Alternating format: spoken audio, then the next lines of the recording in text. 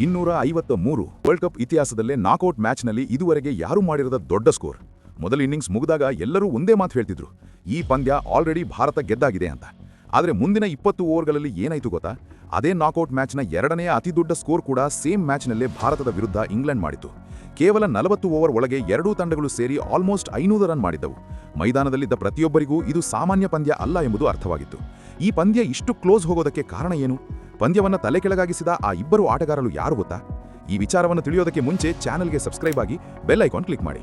ಭಾರತ ಮತ್ತು ಇಂಗ್ಲೆಂಡ್ ನಡುವಿನ ಈ ಸೆಮಿಫೈನಲ್ ಪಂದ್ಯ ಶುರುವಾಗುವ ಮೊದಲೇ ಎರಡೂ ತಂಡಗಳು ಸಮಬಲದಲ್ಲಿವೆ ಎಂದು ಎಲ್ಲರಿಗೂ ತಿಳಿದಿತ್ತು.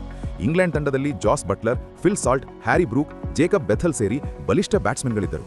ಭಾರತದ ಪರವಾಗಿ ಸಂಜು ಸ್ಯಾಮ್ಸನ್, ಸೂರ್ಯಕುಮಾರ್ ಯಾದವ್ ಮತ್ತು ಹಾರ್ದಿಕ್ ಪಾಂಡ್ಯ ಮಿಂಚಬಹುದೆಂಬ ನಿರೀಕ್ಷೆಗಳಿದ್ದವು. ಹೀಗಾಗಿ ಈ ಪಂದ್ಯ ರೋಚಕತೆ ಸೃಷ್ಟಿಸಿತು. ಟಾಸ್ ಗೆದ್ದ ಇಂಗ್ಲೆಂಡ್ ಮೊದಲು ಬೌಲಿಂಗ್ ಆಯ್ಕೆ ಮಾಡಿತು.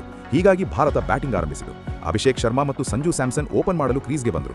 ಮೊದಲ ಓವರ್ನಲ್ಲೇ 12 ರನ್ ಗಳಿಸಿದ್ರು. ಆರಂಭವೇ ತುಂಬಾ ಆಕ್ರಮಣಕಾರಿಯಾಗಿತ್ತು. ಆದರೆ ಎರಡನೇ ಓವರ್ನ ಕೊನೆಯ ಬಾಲ್ನಲ್ಲಿ ಅಭಿಷೇಕ್ ಶರ್ಮಾ ಔಟ್ ಆದರು. ಇದು ಭಾರತಕ್ಕೆ ಮೊದಲ ಶಾಕ್. ಆದರೆ ಸಂಜು ಸ್ಯಾಮ್ಸನ್ ಅಬ್ಬರ ನಿಲ್ಲಲಿಲ್ಲ. ಪವರ್ ಪ್ಲೇ ಸಮಯದಲ್ಲಿ ಅವರು ಇಂಗ್ಲೆಂಡ್ ಬೌಲರ್ಗಳ ಮೇಲೆ ದಾಳಿ ಆರಂಭಿಸಿದರು. ಗ್ರೌಂಡ್ನಲ್ಲಿದ್ದ ಪ್ರೇಕ್ಷಕರಿಗೆ ಸಂಜು ಭರ್ಜರಿ ಮನರಂಜನೆ ನೀಡಿದರು. ಮೊದಲ 6 ಓವರ್ ಮುಗಿದಾಗ ಭಾರತ 67 ರನ್ ಮಾಡಿತು.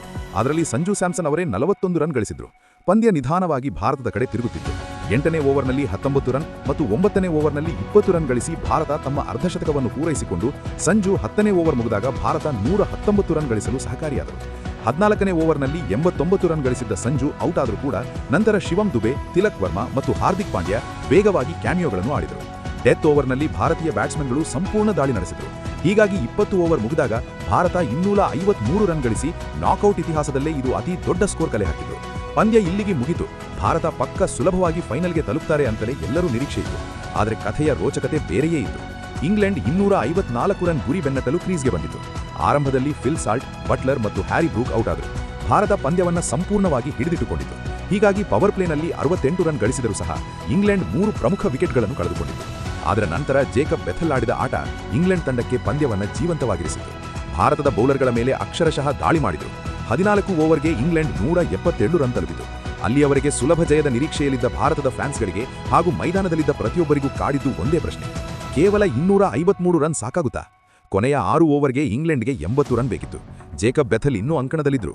18ನೇ ಓವರ್ಗೆ ಜಸ್ಪ್ರೀತ್ ಬುಮ್ರಾ ಬೌಲಿಂಗ್ ಮಾಡಲು ಬಂದರು. ಆಗ ಇಂಗ್ಲೆಂಡ್ಗೆ ಬೇಕಿದ್ದು ಕೇವಲ 45 ರನ್.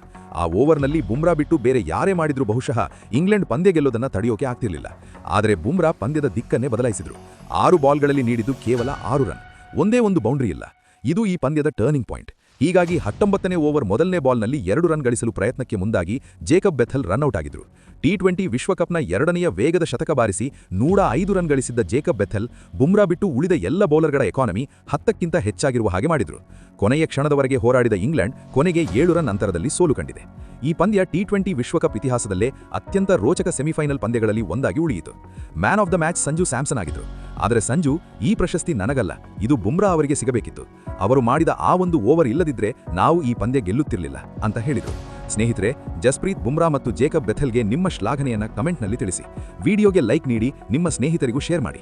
ಮತ್ತಷ್ಟು ಕ್ರಿಕೆಟಿಂಗ್ ವಿಡಿಯೋಗಳಿಗಾಗಿ ಚಾನಲ್ಗೆ ಸಬ್ಸ್ಕ್ರೈಬ್ ಆಗೋದನ್ನು ಮರಿಬೇಡಿ.